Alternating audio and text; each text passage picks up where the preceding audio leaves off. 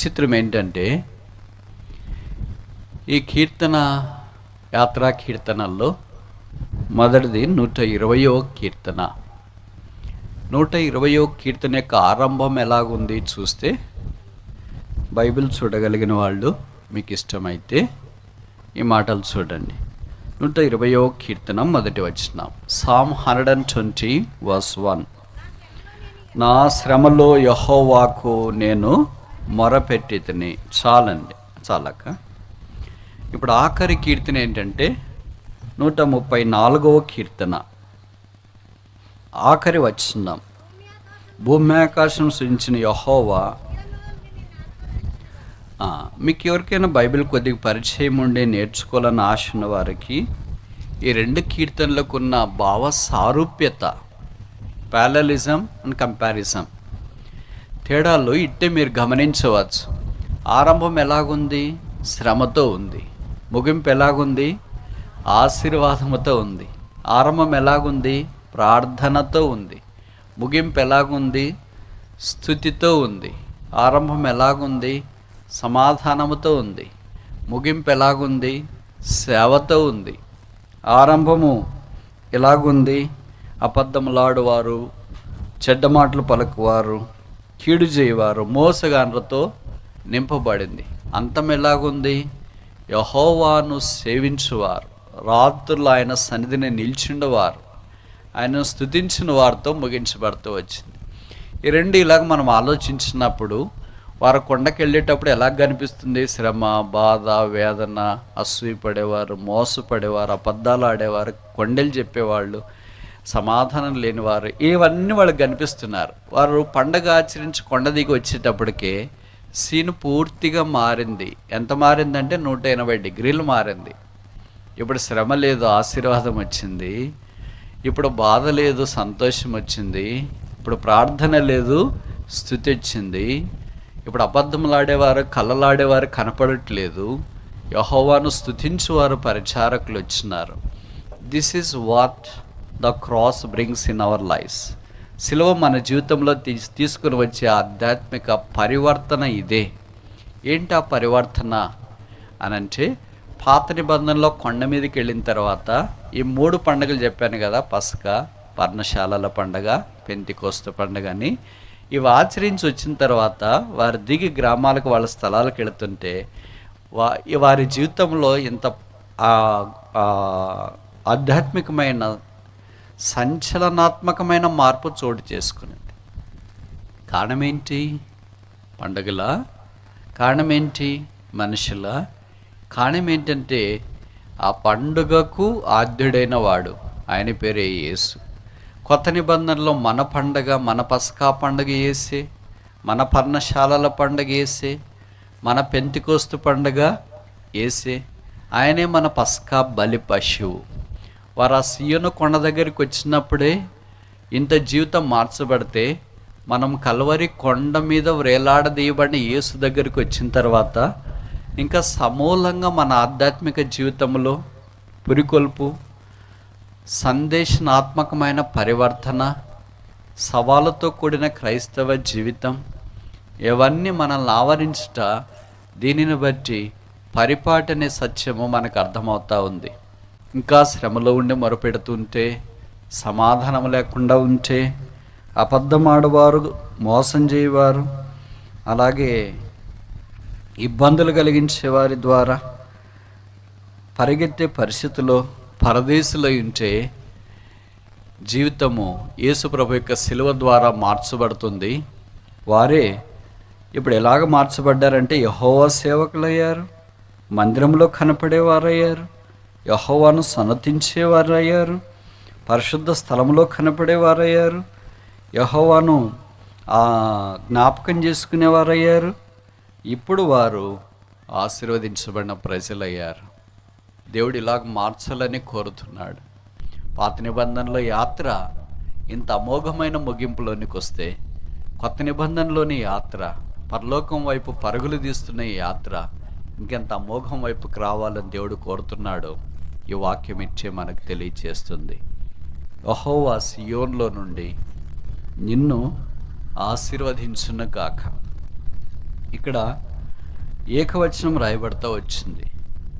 కనుక ఈ God's blessings are always personal. Basically ప్రాథమికంగా దేవుని ఆశీర్వాదాలు మొట్టమొదట వ్యక్తితో ఆరంభించబడతాయి. మీకు తెలుసు కదా, బైబిల్లో కొన్ని డాక్సాలజీస్ అంటారు, అంటే ఆశీర్వాదములు అంటాం. మనం మీటింగ్ కార్యక్రమం అంతా అయిపోయిన తర్వాత మనకి ఎవరైనా సేవకులు కానీ లీడ్ చేసేవారు కానీ సాధారణంగా ఆశీర్వదించడం మనము పరిపాటిగా చూస్తూ ఉంటాం. అది దైవ ఆశీర్వాదాన్ని మన కొరకై వారు సిద్ధం చేసేది అని జ్ఞాపకం చేయబడుతుంది. బహుశా నాకు తెలిసి కనీసం బైబిల్లో 40 డాక్సాలజీస్ ఉంటాయి. 40 ఆశీర్వాదాలు గ్రంథస్థం చేయబడ్డాయి. పాత నిబంధనలోనే దాదాపు 28 ఆశీర్వాదాలు కనిపిస్తాయి. కొత్త నిబంధనలో దాదాపు 12 ఆశీర్వాదాలు కనిపిస్తాయి. అంతకు మించి కూడా ఉండవచ్చు. నేను ఇదే ఖచ్చితమైన నిర్దిష్టమైన సంఖ్య అని చెప్పట్లేదు. కనీసం 40 బైబిల్ అంతట్లో ఉన్నాయి, కనీసం 28 పాత నిబంధనలు ఉన్నాయి, కనీసం 12 కొత్త నిబంధనలు ఉన్నాయి. మొదటి ఆశీర్వాదము పాత నిబంధనలో సంఖ్యాకాండము 6, 24, 25, 26 వచనాల్లో. ఇది మీలో కొంతమందికి వాగ్దానం కూడా వచ్చింటుంది. యెహోవా నిన్ను కరుణించును గాక, ఆయన సన్నిధి కాంతి ప్రకాశింపచేయును గాక, ఆయన నీ మీద ఉదయించి నీకు సమాధానం కలుగజేయును గాక అనే మాటలు అక్కడ ప్రస్తావించబడిన సంగతి మనకు పరిచయం. అలాగా ఆఖరిగా ప్రకటన గ్రంథంలో ఈ ఆశీర్వాదాల సంపద గ్రంథస్థం చేయబడిందన్న సంగతి మనం ఎరుగుదాం. అంటే దైవ మందిరానికి వచ్చిన తర్వాత దేవుడు మానవుని ఆశీర్వదించి పంపిస్తాడు. కొన్నిసార్లు మనకేం పని లేకపోయినా మనకి ఏదో కారణాన్ని బట్టి కొంతమందికి కొన్ని చెడ్డ అలవాట్లు ఉంటాయి, చెడ్డ ఆత్మీయమైన అలవాట్లు. నేను ఈ మాట చెప్తే మీరు అనవచ్చు, మీరు కూడా చేస్తారు కదా అది అని. నేను ఎందుకు చేస్తా తర్వాత చెప్తా. ఎవరైనా మీటింగ్కి వచ్చిన తర్వాత సాధారణంగా ఆరంభ ప్రార్థన అప్పుడు వచ్చింటే మంచిది. ఒకవేళ రాలేని పరిస్థితి, దూరము అటు ఇటు అయితే, ఒకవేళ మీరు వచ్చిన చివరి ఆశీర్వాదం దాకా ఉండి వెళ్ళడం మీకు ఆశీర్వాదం.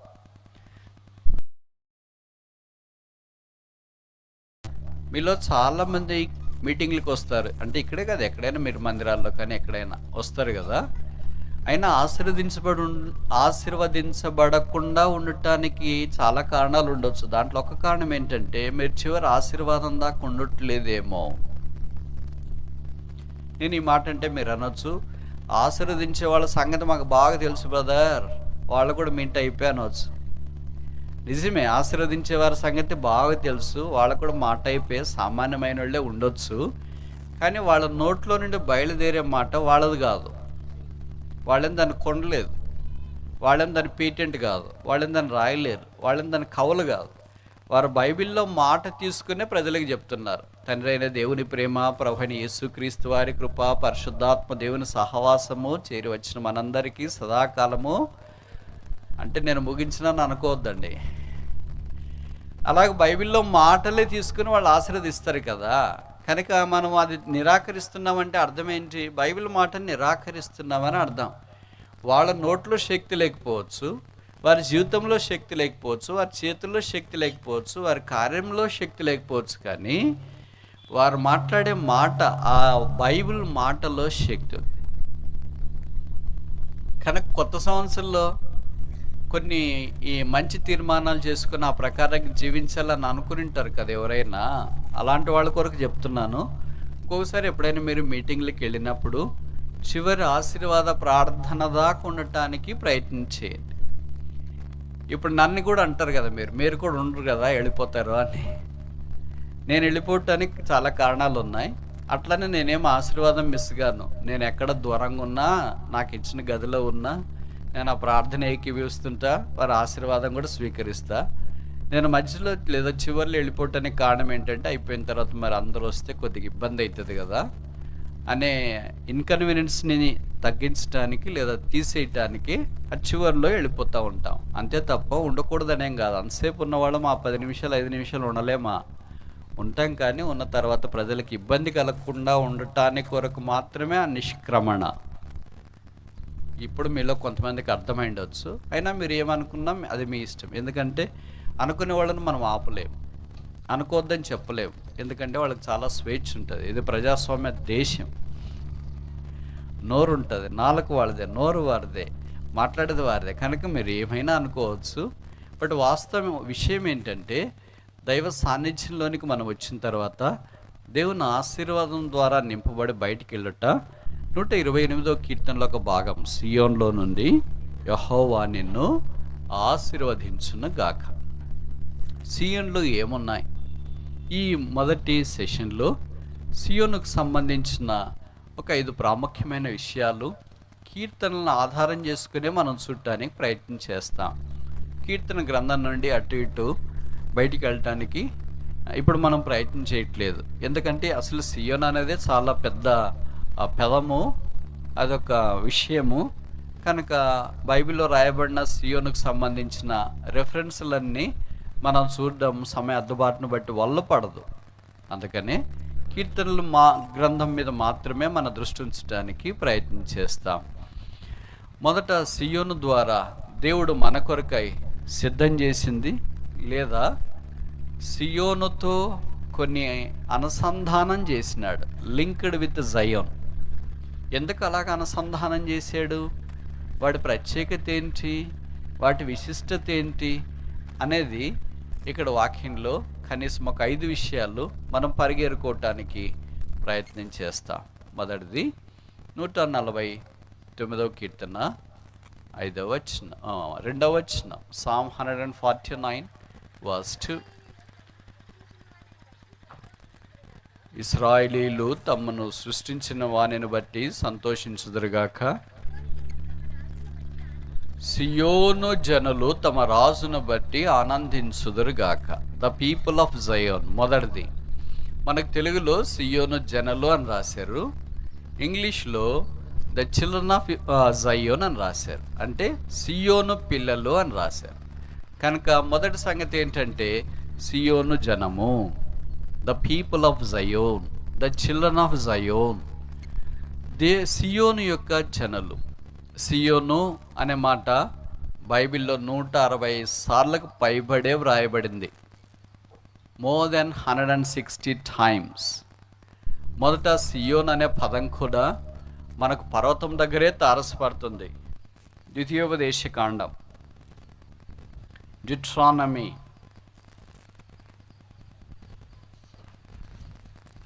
నాలుగవ అధ్యాయం, చాప్టర్ 4 verse 48. ద్వితీయోపదేశ కాండం 4వ అధ్యాయం 48వ వచనం.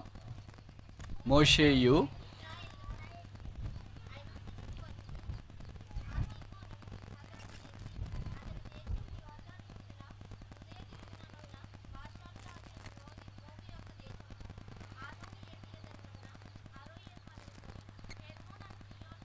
చాలు. హెర్మోనను సియోను కొండ వరకున్న, హెర్మోనను సియోను కొండ.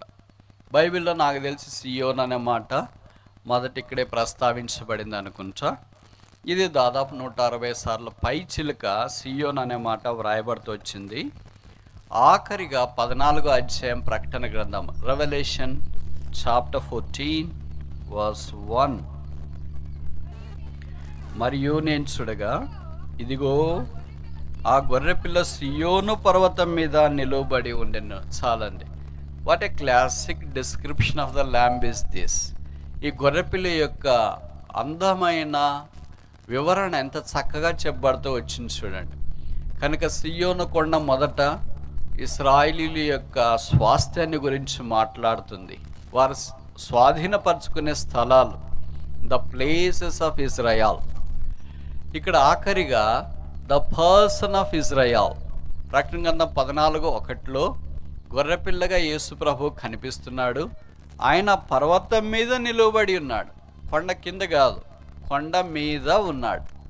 గొర్రెపిల్ల మొదట మన కొండ దగ్గరే కనిపిస్తుంది. 22వ అధ్యాయం ఆదికాండంలో అబ్రహాము ఇస్సాకు బయలుదేరి మోరియా పర్వతానికి వెళుతున్నప్పుడు ఇస్సాకు నోట్లో నుండి వచ్చిన ఒకటే ఒక మాట, అప్పటిదాకా మాట రాలేదు. ఉదయాన్నే వెళుతున్నాం కదా డాడీ, నాన్న చలి పడుతుంది, నేను తర్వాత వస్తానులే అని చెప్పలేదు. లేకపోతే మనమే వెళుతున్నాం కదా, ఇంకెవడన్నా వస్తే బాగుండే అని చెప్పలేదు. ఆయన నోటి నుండి వచ్చిన మాటల్లో వ్రాయబడింది ఇది, where is the lamp for the burnt offering, దహన బలి కొరకు గొర్రెపిల్ల ఏది? అప్పుడు అబ్రహాము చెప్పిన మాట, the Lord will provide, Jehovah jireh, ఆయనే చూసుకుంటాడు. కనుక గొర్రెపిల్ల మోరియా పర్వతాన్ని మనకు జ్ఞాపకం చేస్తుంది. నేను ఇందాక చెప్పినట్లు మోరియా పర్వతం కూడా యెరూషలేములోని 7 కొండల్లో ఒక కొండ. ఇప్పుడు గొర్రెపిల్ల మనకి ఎక్కడ కనిపిస్తున్నాడంటే ప్రకటన గ్రంథం 14:1 సియోను కొండ మీద నిలువబడి ఉన్నట్లు గ్రంథస్థం చేయబడడం చాలా ఆశ్చర్యకరమైన సంగతి. అంటే గొర్రెపిల్ల కొండకు సంబంధించిన వాడు, మైదానానికి కాదు. కొమ్ములు తిరిగిన పొట్టేళ్ళు కొండకు సంబంధించిన వాడు, భూస్థలానికి కాదు. అంటే ఆయన పైవాడు, ఆయన అనంతుడు, ఆయన పైనుండి దిగి రాబోతున్నవాడు, దిగి వచ్చినవాడు, మనల్ని కూడా బయటికి తీసుకుని వెళ్ళాలని ఇష్టపడినవాడు. కనుక 160 సార్లు ప్రస్తావించబడిన ఈ సియోనులో మొదట ద్వితీయోపదేశకాండం 4వ అధ్యాయంలో దేవుని ప్రజలని ఇశ్రాయేలీయులు పొందే స్వాస్థ్యం దగ్గర ప్రస్తావించబడింది.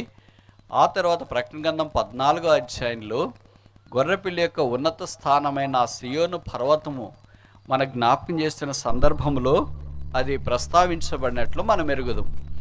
ఇప్పుడు కీర్తనల దగ్గరికి వచ్చినప్పుడు ఈ సియోనుతో అనుసంధానమైన ఒక పదం ఏంటంటే సియోను జనము, ద చిల్డ్రన్ ఆఫ్ జయోన్, సియోను పిల్లలు.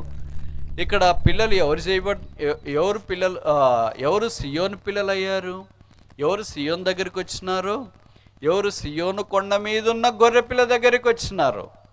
వారు సియోను పిల్లలు. అనగా యేసు ప్రభు యొక్క శిలువ రక్తం దగ్గరికి వచ్చిన వారు పిల్లలు. చిల్డ్రన్ అనే పదము సాధారణంగా యోహాను సువార్త 1:12 రాయబడింది. తను ఎందరు అంగీకరించురో అనగా తన నామందు విశ్వాసముంచు ప్రతి వాడు నామందు విశ్వాసముంచు వారిని దేవుని పిల్లలొకటకైనా అధికారం అనుగ్రహించిన, gave authority to become the children of God. కనుక దేవుని పిల్లలు, దయ్యం పిల్లలు. పిల్లలు 2 రకాలు కదా. అంటే గోదావరి వైపు వస్తే చేప పిల్లలు, రొయ్యల పిల్లలు కాదు. ఇది దేవుని పిల్లలైన వారు, అంటే ఆయన రూపంలో వచ్చిన వాళ్ళు. చేప పిల్లలు దేవుని రూపంలో ఉండరు, రొయ్యల పిల్లలు దేవుని రూపంలో ఉండరు. చేప పిల్లలు, రొయ్యల పిల్లలు మనుషుల రూపంలో ఉండరు, మనుషుల పిల్లలు వాటి రూపంలో ఉండరు. కనుక చేప పిల్లలు చేప రూపంలోనే ఉంటాయి, రొయ్యల పిల్లలు రొయ్యల రూపంలోనే ఉంటాయి, మనుషుల రూపంలోనే ఉంటారు. ఇప్పుడు యేసు ప్రభు యందు విశ్వాసం ఉంచిన వారు ఆయన యొక్క పిల్లలుగా చేయబడుతున్నారు. ఇంకా మీరు యేసును అంగీకరించకుండా, పాప క్షమాపణ, మారు మనసు పొందకుండా ఉంటే ఈ మధ్యాహ్నం మరలా మేము జ్ఞాపకం చేస్తున్నాం. ప్రభు నిన్ను ప్రేమించి ఈ సంవత్సరం అనే దయాకీటం ధరింపజేసినాడు. బహుశా చాలా కారణాలు ఉండొచ్చు ఆయన నీ సంవత్సరాన్ని ఆశను పొడిగించడానికి. దాంట్లో ఒక కారణం ఏంటంటే నువ్వు యేసును అంగీకరించి ఆయన కుమారుడుగా కుమార్తెగా చేయబడాలని దేవుని ఉద్దేశం. బహుశా నీకు యేసు ప్రభు అంటే తెలిసేమో, ఇలాంటి మీటింగ్లకు వస్తున్నావేమో, వాక్యం చదువుతుండొచ్చు, ప్రార్థన చేస్తుండొచ్చు, లేదా సండే క్లాస్లోనో యూత్ క్యాంపులోనో నీకు ప్రైజులు కూడా వస్తుండొచ్చు, బైబిల్ బాగా పరిచయం ఉండొచ్చు, మందిరాల్లో ఆ పనుల్లో కూడా నువ్వు యాక్టివ్గా పార్టిసిపేట్ చేస్తుండొచ్చు. కానీ రక్షణ లేదు, పాప క్షమాపణ లేదు, మారు మనసు లేదు. ఇలాంటి వాళ్ళు చాలామంది ఉన్నారు. మీరు అనుకుంటారు మందిరానికి వచ్చేవాళ్ళంతా విశ్వాసులని. అలాగేం కాదండి. విశ్వాసులు అయిన తల్లిదండ్రులు కలిగిన వారి పిల్లలంతా విశ్వాసులు అని అనుకుంటారు. విశ్వాసులే కావచ్చు, సేవకులే కావచ్చు, బోధకులే కావచ్చు, సండే క్లాస్ టీచర్సే కావచ్చు, వారి పరిచారకులే కావచ్చు, కానీ వాళ్ళ పిల్లలు సాధారణంగా రక్షణ పొందుకుని ఉంటారు. దిస్ ఈజ్ ట్రూ, ఇది వాస్తవము. ఇంత గట్టిగా నేరుగా ఎందుకు చెప్తున్నామంటే వాళ్ళని బాధ పెట్టాలని ఉద్దేశం కాదు. వారు రక్షణ పొందాలి, ఇంకా ఆశీర్వాదంలోనికి రావాలి. రక్షణ పొందకుండానే వాళ్ళు ఇంత పనులు చేస్తూ ఉండి ఇంత ఆశీర్వాదంలోనికి వస్తే వారు రక్షణ పొంది ఇంకా దేవుని కొరకు అందుబాటులో ఉండి ప్రభు కార్యాభివృద్ధి అంది ఎల్లప్పుడూ ఆసక్తి కలిగి ఉంటే ఇంకా దేవుని యొక్క ఆశీర్వాదం వారి మీదకి దండిగా మెండుగా కుండపోతగా కురిసిపోతుంది కదా. ఎందుకు అది స్వీకరించకుండా నిరాకరిస్తారు? బహుశా వాళ్ళు ఏమనుకుంటారంటే వాళ్ళ కారణాలు వాళ్ళకి మస్తుగా ఉంటాయి. ఎందుకు ఇలాగ మీరు రక్షణ పొందట్లేదంటే మేము చూస్తున్నాం కదా మా అమ్మ నాన్న సంగతి, వాళ్ళ గొడవ పడని రోజే లేదు. మేము చూస్తున్నాం కదా మా ఊర్లో ఉన్న సేవకుడు, పాస్టర్, ఎల్డర్స్ వాళ్ళందరూ, వాళ్ళ సంగతి మాకు తెలియదా ఏంటి? రక్షణ పొంది వాళ్ళ మాదిరి ఉండేదానికంటే రక్షణ పొందకుండా నా మాదిరి ఉండేది మంచిదని అనుకుంటారు. రక్షణ ఎందుకు పొందుతున్నాం అంటే రక్షకుడిచ్చిన ప్రేమను స్వీకరించడానికి. ప్రకటన 14:1 గొర్రెపిల్ల సియోను పర్వతం మీద నిలువబడి ఉన్నాడు. ఇప్పుడు హెబ్రీ పత్రిక ప్రకారం అయితే ఆ మహామహుని కుడి పార్శ్వమున ఆసీనుడై ఉన్నాడు. ఇప్పుడు నిలువబడి కాదు, నిలువబడి ఉన్నాడంటే అర్థం ఏంటి? తర్వాత మళ్ళీ మూమెంట్ ఏదో ఉంటుంది అని అర్థం. అలా కూర్చున్నాడంటే అర్థం ఏంటి? ఇంకా విశ్రాంతిలోనికి వచ్చినాడు అని అర్థం. ఇప్పుడు హెబ్రీ పత్రిక ప్రకారము మహామహుని కుడి పార్శ్వమున ఆసీనుడాయను. కుర్చీ మీద కూర్చున్న తర్వాత ఏదో కార్యక్రమం అనేది జరుగుతుంది. టీచర్ క్లాస్కి వెళ్ళిన తర్వాత కుర్చీ మీద కూర్చున్నారంటే ఏదో కార్యక్రమం జరుగుతుంది. ఆ కార్యక్రమానికి మొదట అటెండెన్స్ తీస్తారు. అటెండెన్స్ తీసిన తర్వాతనే మిగతా కార్యక్రమాలు ఉంటాయి. అసైన్మెంట్ చేసినారా, క్వశ్చన్లు అడుగుతారా, లేకపోతే పరీక్షల, పిల్లలు ఏం చదివినారా, క్విజ్ పెడతారా, ఏం పెడతారా, తర్వాత కార్యక్రమాలు. కుర్చీ మీద కూర్చున్నారంటే అర్థం ఏంటంటే ఏదో కార్యక్రమం నిర్వర్తించబోతున్నారు అని. ఒక టీచరే అలాగే చేస్తున్నాడంటే ఇలాగ మనం అర్థం చేసుకోగలిగితే యేసుక్రీస్తు ప్రభువు కూడా మహామహుని కుడి పార్శ్వమున ఆసీనుడై ఉండి మన కొరకై మానక విజ్ఞాపన చేస్తున్న ప్రధాన యాజకుడు. ఇట్టివాడు మనకు సరిపోయినవాడు. కనుక ఈ ఉదయకాలం ప్రభువైన యేసునందు విశ్వాసం ఉంచుము, అప్పుడు నీవును నీ ఇంటి వారును రక్షణ పొందుదురు. రక్షణ పొందకుండా ఇంతకాలం జీవితాన్ని లాగుతూ వచ్చినావు. దేవుడు పొడిగించినాడు తన ఉచిత కృపను బట్టి. బహుశా మీ నాన్న అమ్మ ప్రార్థనలేమో, సంఘం యొక్క ప్రార్థనలేమో, సేవకుల ప్రార్థనలేమో, నీ కొరకే ఎవరో అబ్రహాము లోతు కొరకు ప్రార్థన చేసినట్లు కొండ మీద ఎవరో నీ కొరకు ప్రార్థన చేస్తున్నారేమో. అందుకే దేవుడిని ఆయుష్ను పొడిగించినాడు. ఆయుష్ అంతర్ధానము కాకమునిపే, మధ్యలోనే తొంచివేయబడక మునిపే ప్రభువైన యేసునందు విశ్వాసం ఉంచడం ద్వారా దేవుడు నిన్ను ఆశీర్వదించాలని కోరుతున్నాడు. సియోన్లో నుండి యెహోవా నిన్ను ఆశీర్వదించును గాక. అలాంటి ఆశీర్వాదంలోనికి వచ్చిన వారు ఏమవుతున్నారంటే సియోను జనము, ద పీపుల్ ఆఫ్ జయోన్, లేదా సియోను యొక్క పిల్లలుగా చేయబడుతూ ఉన్నారు. ఇది మనకు జ్ఞాపకం చేస్తుంది సాల్వేషన్, రక్షణ. రెండవది చూస్తామా? కీర్తనలు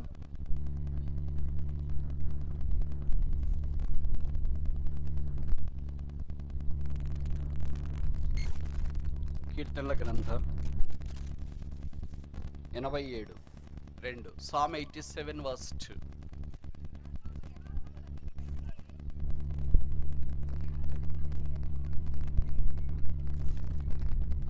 థ్యాంక్ యూ. ఇంతమంది చదివేవాళ్ళు ఈ ఊర్లోనే చూసిన.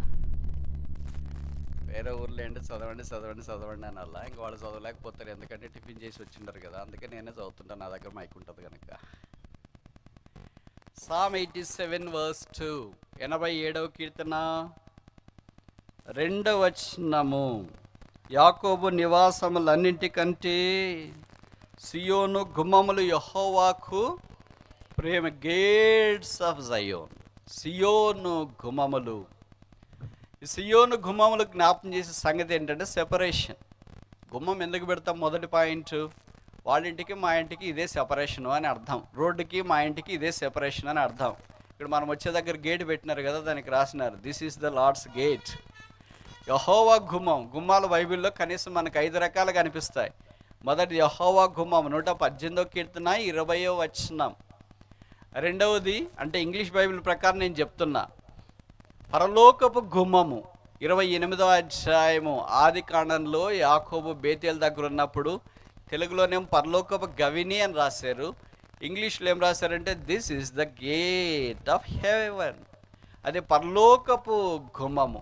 పరలోకానికైతే గేట్ ఒకటే ఉంటుంది, కానీ మూడవది వస్తే పాతాళము గుమ్మము. మత్తయి సువార్త 16లో ఉంది, I will build my church upon this rock, the gates of the hell shall not prevail against it. 18 అనుకుంటే, ఈ బండ మీద నా సంగమును కట్టుదును, పాతాళలోక ద్వారము ఏకవచనమా, ద్వారములు బహువచనమా? ద్వారములు బహువచనం. గేట్స్ ఆఫ్ హెల్. పాతాళానికి గేట్లు ఉంటాయి, అంటే చాలా ఉంటాయి. ముందు, తూర్పు, పడమర, ఉత్తరము, దక్షిణం, అలాగే ఎన్ని ఉన్నాయో తెలియదు, బట్ చాలా, ఒకటి కంటే ఎక్కువ ఉన్నాయి. పరలోకానికి ఒకటే ఒక gate. This is the gate of haven అన్నారు, కానీ గేట్స్ ఆఫ్ హెవెన్ అన్నారా? This is the gate of haven. యాకోబుకు తెలిసింది పరలోకము గుమ్మము సంగతి, లేదా పరలోక గేట్ సంగతి. కానీ యేసుప్రభు ఆ గేట్. అందుకే యోహాను సువార్త 15వ అధ్యాయము 14వ అధ్యాయం 6వ వచనంలో యేసుప్రభు అన్నాడు, I am the way, the truth and the life. నేనే మార్గం. ఎక్కడికి? గేట్ దగ్గరికి. గేట్ దగ్గరికి పోవాలంటే మార్గం ఉండాలి కదా. మార్గం లేకుండా గేట్ దగ్గరికి వెళ్ళలేము. కనుక ఆ గేట్ యేసుక్రీస్తు ప్రభువే. ఆయన అక్కడ మార్గం అయినాడు. గేట్ దగ్గరికి వెళ్ళిన తర్వాత గేట్ తీస్తే గేట్ లోపలికి వెళతాం. కనుక గేట్ మనకి ఏ జ్ఞాపం చేస్తుంది అంటే 3 విషయాలు జ్ఞాపం చేస్తుంది. మొదటిది ఏంటంటే separation.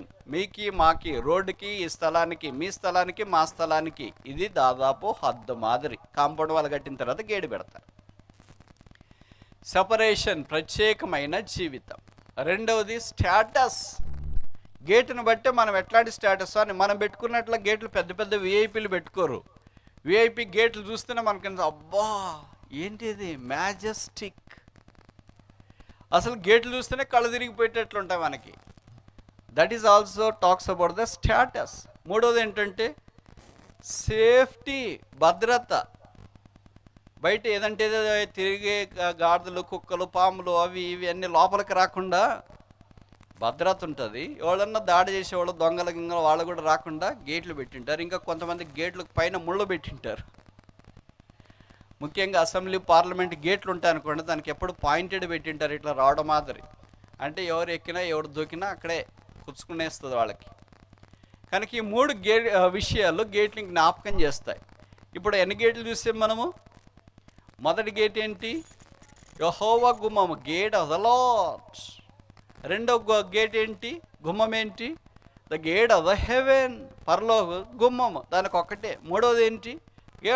Gates of the hell, పాతాళపు ద్వారములు అని తెలుగులో రాశాడు. 1, 2, 3, 4 కాదు, ఎక్కడి నిండనే పోవచ్చు. ఎందుకంటే అది ఎప్పుడు హౌస్ఫుల్ కాదు. ఏ సినిమా వచ్చినా ఏం జరిగినా అన్ని గేట్లు పెట్టింటారు. నేను అనుకుంటా 360 డిగ్రీలు అన్ని గేట్లే ఉంటాయేమో. ఓపెన్ ఏమో, రావడం పోవడం, రావడం పోవడం, రావడం పోవడం. ఇంకా నేను ఏమనుకుంటున్నానంటే ఫారిన్ కంట్రీస్లో మాత్రం ఆటోమేటిక్ గేట్లు దగ్గరికి వెళ్ళిన వెంటనే అదే స్కాన్ అయిపోతూ ఉంటుంది. మళ్ళీ మనుషులు వచ్చేదాకా అలాగే పైన తెరుచుకొని ఉంటుంది అనుకుంటా. ఇంకెవరైనా మనుషులు రాకపోతే బహుశా ఆగిపోతుంది. రాకుండా ఉండడం అనేది ఉండదు, వస్తూనే ఉంటారు. అందుకే గేట్లు ఎప్పుడు తెరవబడి ఉంటాయి. మనలాంటి వాళ్ళు వెళ్తే మాత్రం బహుశా గేట్లు మూసుకుంటాయి. అందుకే పాతాళ ద్వారములు దాని ఎదుట నిలవనేరవనే వాక్యం గ్రంథస్థం చేయబడుతూ వచ్చింది. ఇప్పుడు 3 గేట్లు చూసా. 4వ గేట్ ఏంటంటే గేట్స్ ఆఫ్ జెరూసలేం, యెరూషలేము గుమ్మములు. అది ఒక్కటి కాదు, 12 గుమ్మాలు మనకు కనిపిస్తాయి. నాకు తెలిసి నెహెమ్యా గ్రంథంలో మాత్రమే 3వ అధ్యాయంలో ఆ యెరూషలేము గుమ్మాల పేర్లు పరిశుద్ధాత్మ దేవుడు బైబిల్ అంతట్లో ఇక్కడే ప్రస్తావించినాడు. భవిష్యత్తు లేకపోతే మనకి 12 గుమ్మాలు ఏంటి అని తెలిసిండేది కాదనుకుంటా. ప్రకటన గ్రంథంలో గుమ్మాల గురించిన వివరణ ఇచ్చిన అసలు వాస్తవమైన యెరూషలేములో ఏ గుమ్మాల పేర్లేంటి అని తెలుసుకోవటానికి నెహెమ్యా గ్రంథం 3వ అధ్యాయం మాత్రమే మనకు దోహదపడుతుంది.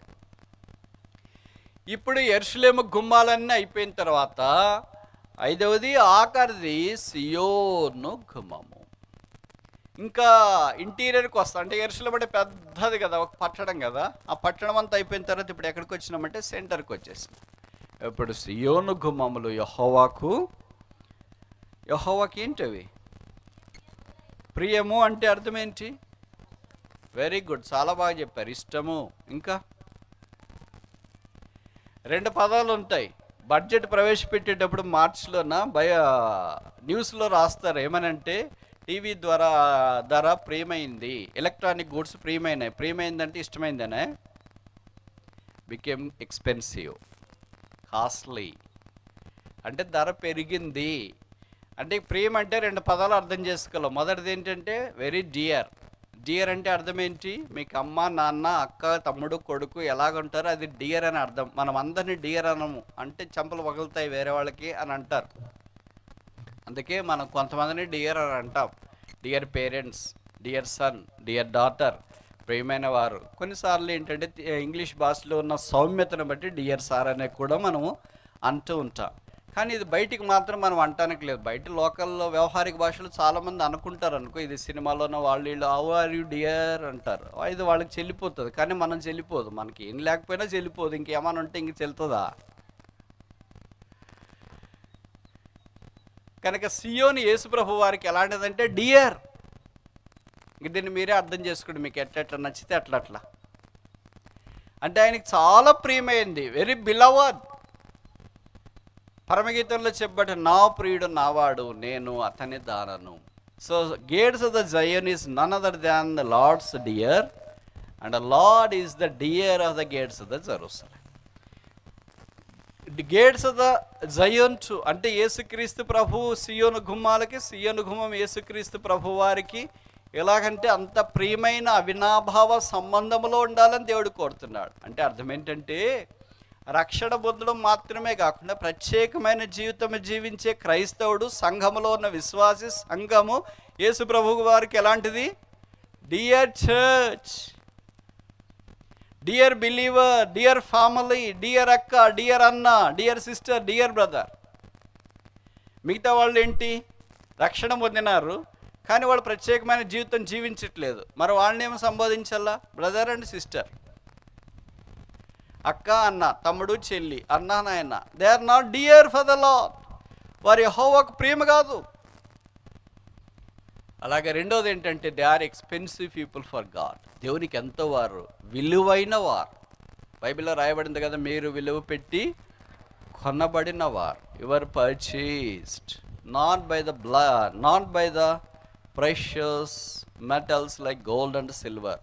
ప్రశస్తమైన బంగారం వెండితో మీరు కొనబడలేదు, కానీ అమూల్యములు, నిర్దోషమును, నిష్కళంకమైన గొర్రెపిల్ల రక్తమైన యేసుక్రీస్తు ప్రభు వారి రక్తం ద్వారా మనం కొనబడ్డాం కనుక the price of the blood of Jesus Christ is priceless. ఇంకోసారి చెప్పనా? యేసు ప్రభు యొక్క రక్తపు విలువ వెలకట్టలేనిది, అమూల్యము. అలాంటి రక్తం ద్వారా ఆయన మనల్ని కొన్నాడు ప్రత్యేకమైన జీవితం జీవించడానికి. విషాదం ఏంటంటే మనము అనుదిన జీవితంలో మన కాలేజీలో, పొలంలో, ఊర్లో, మందిరంలో అటు ఇటు పనిచేస్తున్న, పరిచయం చేస్తున్న ఈ ప్రత్యేకతను, అంటే ఈ డిమార్కేషన్ లైన్, ఈ గేట్స్ ఎప్పుడో మనం కోల్పోయాం. ఇంకో మాటలో చెప్పాలంటే గేట్లన్నీ పగిలిపోయినాయి. కొన్ని ఇళ్ళు మీరు చూసింటారు కదా, గేట్ ఉంటుంది కానీ దానికి హింజ్ ఉండదు. హింజ్ అంటే మీకు తెలుసు కదా, మీరు ఏమంటారంటే కీలు అంటారు అనుకుంటా. దాని మీదే గేట్ తిరుగుతుంది. దానికి గ్రీజ్ వేసి ఆయిల్ వేస్తే స్మూత్గా శబ్దం రాకుండా తిరుగుతుంది. దాని గ్రీజ్ ఆయిల్ మనం వేయకోకుండా వర్షాకాలంలో అలాగే తుప్పబట్టిపోయింది అనుకోండి, అది కొద్దిగా తీస్తే గిర్రని శబ్దం వస్తుంది. తీసిన వెంటనే ఎవడో వస్తున్నాడో లోపల వాళ్ళకి తెలుస్తుంది, బయట వాళ్ళకి తెలుస్తుంది, అందరికీ తెలుస్తుంది. ఎందుకంటే దానికి గ్రీజ్ లేదు. మనకు కూడా గేట్లు ఉన్నాయి కానీ గ్రీజ్ లేదు. గ్రీజ్ అంటే ఏంటి? పరిశుద్ధాత్మ దేవుడు. స్మూత్నెస్ లేదు, ఆకర్షణ లేదు, శబ్దం ఎక్కువ ఉంది. తెరిచిన వెంటనే వినిపిస్తుంది. బయట వాళ్ళకి, పక్కన వాళ్ళకి గేట్లు తీస్తున్నారు, ఎవరో వచ్చినారు చూడమాయ్ అని ఇంట్లో చెప్పేస్తున్నారు. అలాగే దాన్ని గ్రీజ్ చేసినారనుకో, తీసేటప్పుడు మూసేటప్పుడు ఏమి శబ్దము రాదు, నిశ్శబ్దంగా. అంటే విశ్వాసులు అలాగూ దేవుని కొరకు మౌనముగా ఈ యాత్రా జీవితాన్ని కొనసాగించి పరిశుద్ధాత్మ ద్వారా నడిపించబడే వారికి ఉంటారు. అలాంటి గేట్లు ప్రభుకు కావాలి, శబ్దాలు చేసే గేట్లు కాదు. ఈ శబ్దాలు చేసే గేట్లు ఎక్కడ చూసినా మనకు కనిపిస్తుంటుంది. ఎందుకంటే దాన్ని మెయింటెనెన్స్ లేదు అని అర్థం. మనం కూడా రక్షించబడ్డంగానే మెయింటెనెన్స్ లేదు. మెయింటెనెన్స్ అంటే అర్థం ఏంటి? పరిశుద్ధాత్మ దేవుడు, మీరు బండి కొనడానికి మెయింటెనెన్స్ లేకపోతే, కారు కొని మెయింటెనెన్స్ లేకపోతే, ఆటో కొన్నారు మెయింటెనెన్స్ లేకపోతే, మొబైల్ కొన్నారు మెయింటెనెన్స్ లేకపోతే, మెయింటెనెన్స్ అంటే ఏంటి? ఒక సైకిల్ కొన్నారు మెయింటెనెన్స్ లేకపోతే, దాన్ని ఎప్పుడో నెలకోసారా, 2 నెలలకోసారా, 3 నెలలకోసారా మెకానిక్ దగ్గర తీసుకెళ్ళి దాన్ని అంతా శుభ్రం చేయించి నీళ్ళతో కడిగేసి ఆయిల్ వేసి బ్రేకులు, క్లచ్లు అన్నీ సరిగ్గా పడుతున్నాయి లేదా అన్నీ చూసుకుంటా ఉంటే కొంతకాలం వస్తే శబ్దం లేకుండా వస్తుంది. లేకపోతే మధ్యలో దారిలో ఆగిపోద్ది అది. ఇప్పుడు చాలామంది బిలీవర్లు కూడా మధ్యలో ఆగిపోయారు. ఆగిపోయిన తర్వాత ఏం చేస్తావు? బండ్లు, మన దగ్గర ఉన్న ఆటోలు, వెహికల్స్ అవి స్టార్ట్ చేసి ట్రబుల్ లేకుండా పోయినంత దాకా ఎంత సుఖంగా ఉంటుందంటే, అబ్బా ఈ కారు ఎప్పుడో నేను కొనిండాల్సింది ఇప్పుడు కొన్నా, ఈ 2 వీలర్ ఎప్పుడో నేను కొనిండాల్సింది ఇప్పుడు కొన్నా, ఈ సైకిల్ ఎప్పుడో కొనాల్సింది ఇప్పుడు కొన్నా అని అంటాం పోయేదాకా. అది ఏదైనా దారిలో బ్రేక్ డౌన్ అయిపోయి రిపేర్ వచ్చిందా, అబ్బా ఎంత పొరపాటు చేసా బ్రదర్ జీవితంలో, కారు కొని, 2 వీలర్ కొని, ఇది ఆగిపోయింది, ఇక్కడ పోవట్లేదు, అక్కడి నుండి వేరే సహాయం తీసుకోవడానికి కూడా మనుషులు ఎవరు కనపడట్లేదు. ఇంకా రోజంతా దాని కొరకు ప్రయాసపడి చెమట కాచి అప్పుడే మన ఇంట్లో నుండి ఫోన్ చేస్తుంది భార్య, ఎక్కడున్నారండి అని. నోరు మూసుకొని ఫోన్ పెట్టాయి. వాళ్ళ డాడీని, వాళ్ళ కూతురు ఎవరో ఒకళ్ళు ఫోన్ చేస్తే, డాడీ ఎన్ని గంటలకు వస్తావు అని. ఎప్పుడో ఒకసారి సస్తానులే, ఫోన్ పెట్టాయి. ఈ కోపంలో అందరి మీద కోపం వస్తుంది. భార్య మీదకి, భర్త మీదకి, కొడుకు మీదకి, వాళ్ళకి వీళ్ళకి అందరికీ కోపం వస్తూనే ఉంటుంది. అది బ్రేక్ డౌన్ అయింది. మరి దానికి కారణం భార్య ఏం కాదుగా, కొడుకేం కాదుగా, కూతురేం కాదుగా, ఆఫీసర్లేం కాదుగా. దాని నైజం అది, కారు నైజం అది బ్రేక్ డౌన్ కావడం అనేది. ఎందుకంటే మనం దాన్ని అలాగ పట్టించుకోవట్లేదు. ఇప్పుడు మనకు కూడా అంతే, ఆధ్యాత్మికమైన జీవితంలో మనం ముందుకు సాగిపోతున్నాడు, బ్రేక్ డౌన్ అయిపోతున్నాం. దానికి మెయింటెనెన్స్ లేదు, గ్రీజ్ లేదు. పరిశుద్ధాత్మ దేవుని ద్వారా, వాక్యం ద్వారా ప్రోత్సహించి పురుకొల్పబడినప్పుడు దైవికంగా ముందుకు వెళ్ళటానికి అవకాశం ఉంటుంది. అప్పుడు కార్లో వచ్చారండి మా వాళ్ళు. మేము అందరు కార్లో వెళ్ళామండి అక్కడికి. చాలా సరదాగా ఉందండి. కార్లోనే వెనక డిక్కీలో చేపలు పెట్టుకున్నారు, పేట్లు పెట్టుకున్నారు, గ్లాసులు పెట్టుకున్నారు, కూజలు పెట్టుకున్నారు. దాన్ని ఒక మినీ హౌస్గా తయారు చేసుకున్నారు బాగుపోయేదాకా. దేవుని ప్రజలైన విశ్వాసులు కూడా ఆధ్యాత్మిక జీవితంలో పరిశుద్ధాత్మ దేవుని ద్వారా నావిగేట్ చేయబడి ముందుకు వెళ్ళేంత దాకా ఈ జీవితం సౌభాగ్య జీవితం, ప్రియమైన జీవితం, ఇష్టమైన జీవితం. ఆగిపోతే తిరిగి యేసుప్రభు శిలువ రక్తం ద్వారా కడగబడి శుద్ధీకరించబడి మెకానిక్ ఆయనే, ఆయన బాగు చేసి తిరిగి మనల్ని ముందుకు నడిపించాలని కోరుతాడు. ఏ వ్యక్తి కూడా తన కార్ని స్క్రాప్కు పంపించాలని కోడు, ట్రాష్కి పంపించాలని కోడు. దాన్ని డబ్బులు పెట్టి కొన్నాడు కనుక, అది ఇన్స్టాల్మెంట్స్లోనో ఈఎంఐలోనో క్యాషా ఎట్టో ఒకటి కొన్నాడు కనుక దాన్ని మ్యాక్సిమం వీలైనంత దాకా గరిష్టంగా వాడుకోవాలని ప్రయత్నం చేస్తాడు. ఇంకా మెకానిక్ ఇది పనికి రాదు సార్, టైర్లు పోయినా, బ్రేకులు పోయింది, క్లచ్ పోయింది, పైన సీట్లు పోయినా, అన్నీ పోయినా, బయటికి తీస్తే ఎంత ఇంకా మీరు అని భయపెడితే తప్ప ఇంక ఈ కారు వద్దని అనుకుంటాం. మనం కొన్న కారు విషయమై చివరిదాకా అంత పట్టింపు ఉంటే, యేసుప్రభు శిలువ రక్తం ద్వారా మనల్ని కొన్నాడు కనుక మన జీవితాన్ని కూడా ఆయన వెంటనే తీసి పడేస్తాడని అనుకోము.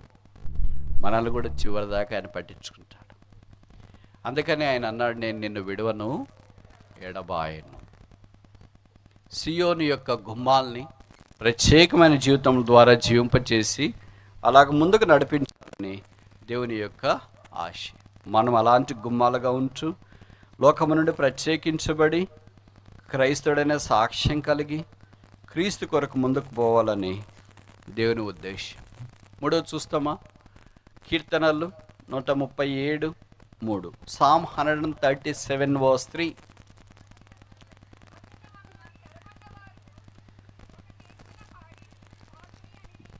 తెలుగు మీడియం చదవండి అమ్మ. ఎవరైనా తెలుగు మీడియం వాళ్ళు చదవండి, ఇంగ్లీష్ మీడియం వాళ్ళకి కష్టం కదా అమ్మ. నేను చదువుతా. అచ్చట మనలను చెరగొన్నవారు ఒక కీర్తన పాడుడి అనిరి, మనలను బాధించిన వారు సియోను కీర్తనలు ఒక దానిని మాకు వినిపించుడి అని మన వల్ల ఉల్లాసము కోరి. సియోను కీర్తనలు, songs of Zion, songs of Zion, సియోను కీర్తనలు. బబులోన్లో ఉన్నప్పుడు ఇశ్రాయేలీలు, ఇది తెలుగులో ఒక సామెత చెప్తారు చూడండి, పిల్లికి ఆట ఎలకు ప్రాణ సంకటం అన్నట్లు. ఎలక దొరికిన తర్వాత దానికేమి ఇంక తప్పించుకోలేని పోలేను కదా ఇక్కడి నుండి, పిల్లి చేతిలో నుండి అని ఎలక అనుకుంటూ ఉంటుంది. పిల్లికి మాత్రం చాలా సరదాగా ఉంటుంది, దొరికింది కదా అని. అలాగే ఇశ్రాయేలీలు బబులోను చెరలోనికి వెళ్ళిన తర్వాత వీళ్ళేమో పిల్లి మాదిరి కనిపిస్తున్నారు ఎవరికి? బబులోను వారికి. బబులోనీళ్ళేమో ఇశ్రాయేలీలేమో ఎలకల మాదిరి కనిపిస్తున్నారు, బబులోనీళ్ళకేమో పిల్లల మాదిరి అంటే క్యాట్ మాదిరి వాళ్ళు కనిపిస్తున్నారు. వీళ్ళ దగ్గరికి వచ్చి అంటున్నారు, పాటలు పాడండి, పాటలు పాడండి, మీరు బాగా పాడతారు కదా, మీకు బాగా వచ్చు కదా, పాడండి అని. మనం సాధారణంగా పాటలు ఎప్పుడు పాడతామంటే సంతోషంగా ఉన్నప్పుడు పాడతాం, దుఃఖంగా ఉన్నప్పుడు సాధారణంగా పాటలు రావు. ఏదో మరీ దుఃఖంగా దావీదు అంత ఆత్మీయులైతేనే పాడతారు, యెహోవా నేను మిక్కిలి బాధలో ఉన్నాను, నన్ను విడిపించవా. ఇంక మనలాంటి మన టైప్ అంతా ఏంటంటే అన్నీ బాగున్నప్పుడు ఆదివారం ఓ యేసు నీ ప్రేమ అనే పాట వస్తుంది. అన్నీ కష్టంగా ఉన్నప్పుడైతే ఇంకా పాటలన్నీ మోగబోద్ది, కరెంటు పోద్ది, మైక్ పని చేయకుండా అవుతుంది, స్విచ్ ఆన్లో పెట్టినా కూడా ఇది ఆఫ్ అయిపోతూ ఉంటుంది, ఇంకా పాటలు పాడటానికి ఏం రాదు. ఇశ్రాయేలీలు అలాంటి బబులోన్లో ఉన్నప్పుడు బబులోనీయులు వాళ్ళని పాటలు పాడమన్నారు.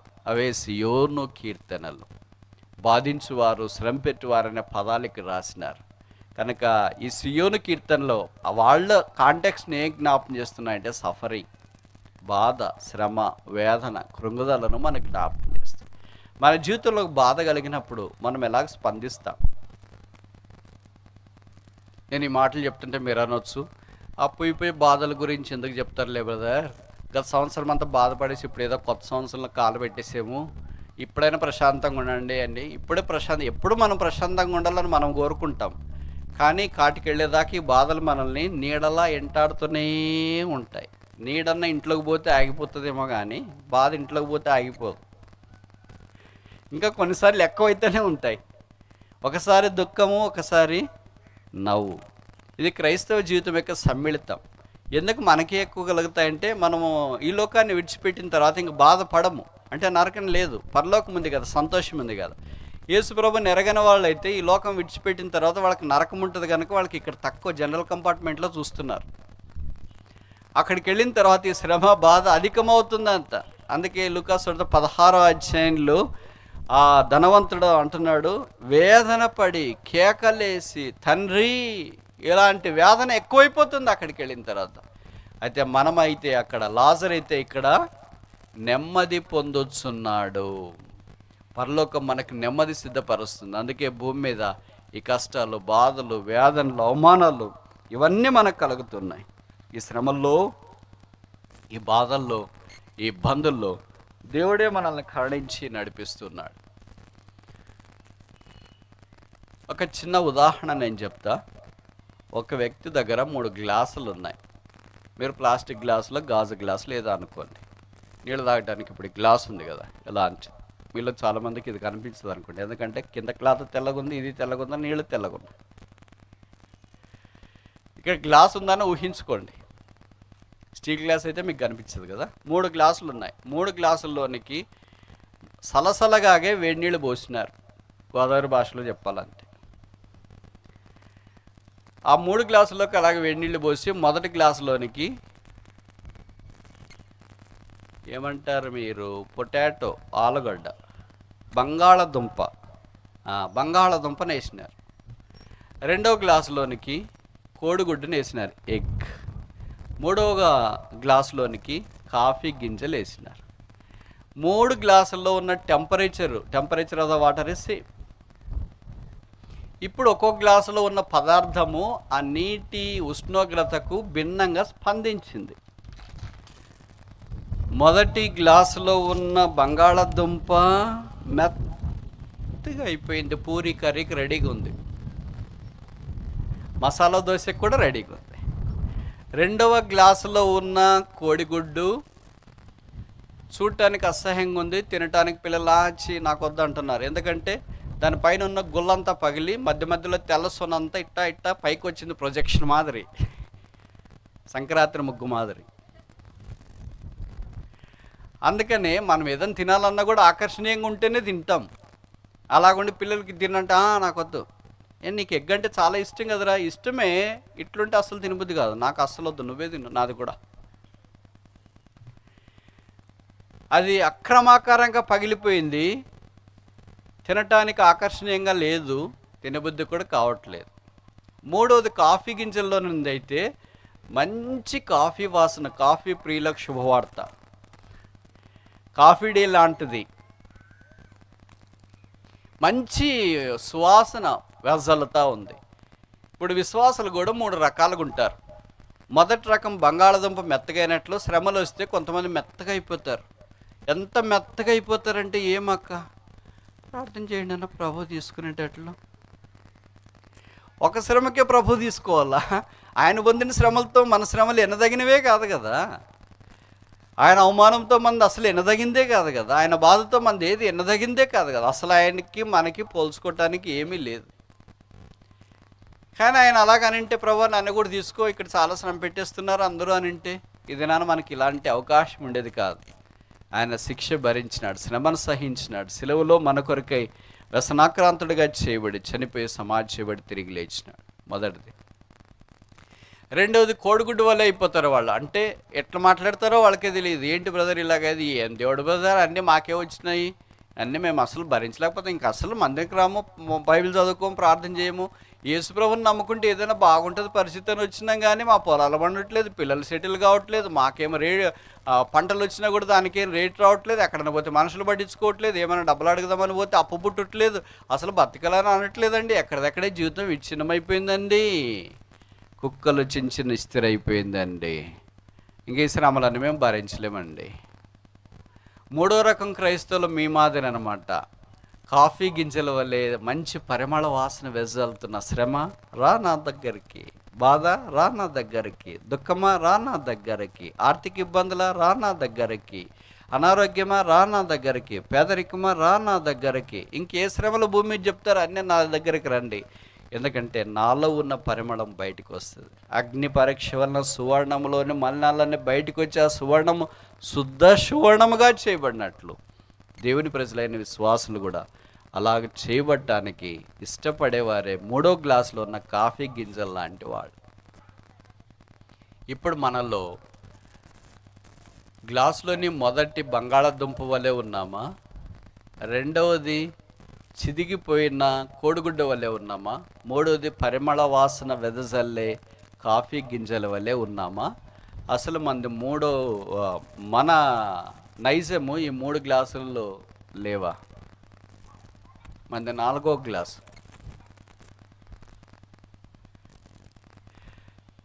అది వేడి నీళ్ళు వేసుకో, చల్ల నీళ్ళు వేసుకో, అలాగే కాము ఉంది.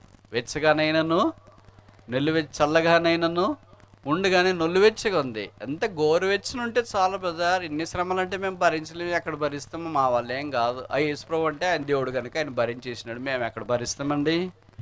ఏ రక్షణ పొందినాము, లోకంలో బాప్తిసం తీసుకున్నాము, పరువు కొరకు సాగిపోతున్నాం, కానీ ఇవన్నీ అక్కడ భరిస్తామండి. యేసుప్రభు మనందరినీ ప్రేమించి మన కొరకు ఆ సెలవులో ఆ శ్రమ, దుఃఖము, బాధ, వేదన అనుభవించినాడు. ఆయన వల్లే శ్రమ పొందిన వారు భూమి మీద ఎవరు లేరు, కించిత్ కూడా లేరు. అందుకే పౌలు చివర్లో పిలిపిలు అన్నాడు, క్రీస్తు శ్రమలలో పాలిభాగస్థుడు కావాలని కోరుతున్నాడు. పిలిపి 3 that I may be the partaker of his afflictions. ఆయన శ్రమలో, ఆయన బాధలో కొంతైనా ఒక విషయం అంతైనా ముగించక మనపు మన ఆత్మ సంబంధమైన జీవితంలో ఆశీర్వాదము, శ్రమ కలిసి వచ్చే జంట నగరాలు, జోడు గుర్రాలు, కవల పిల్లలు, ప్రాణ స్నేహితులు వారిద్దరు తిరుగుతూనే ఉంటారు. అది లేకపోతే ఇది లేదు, ఇది లేకపోతే అది లేదంటే తప్పు కాదేమో.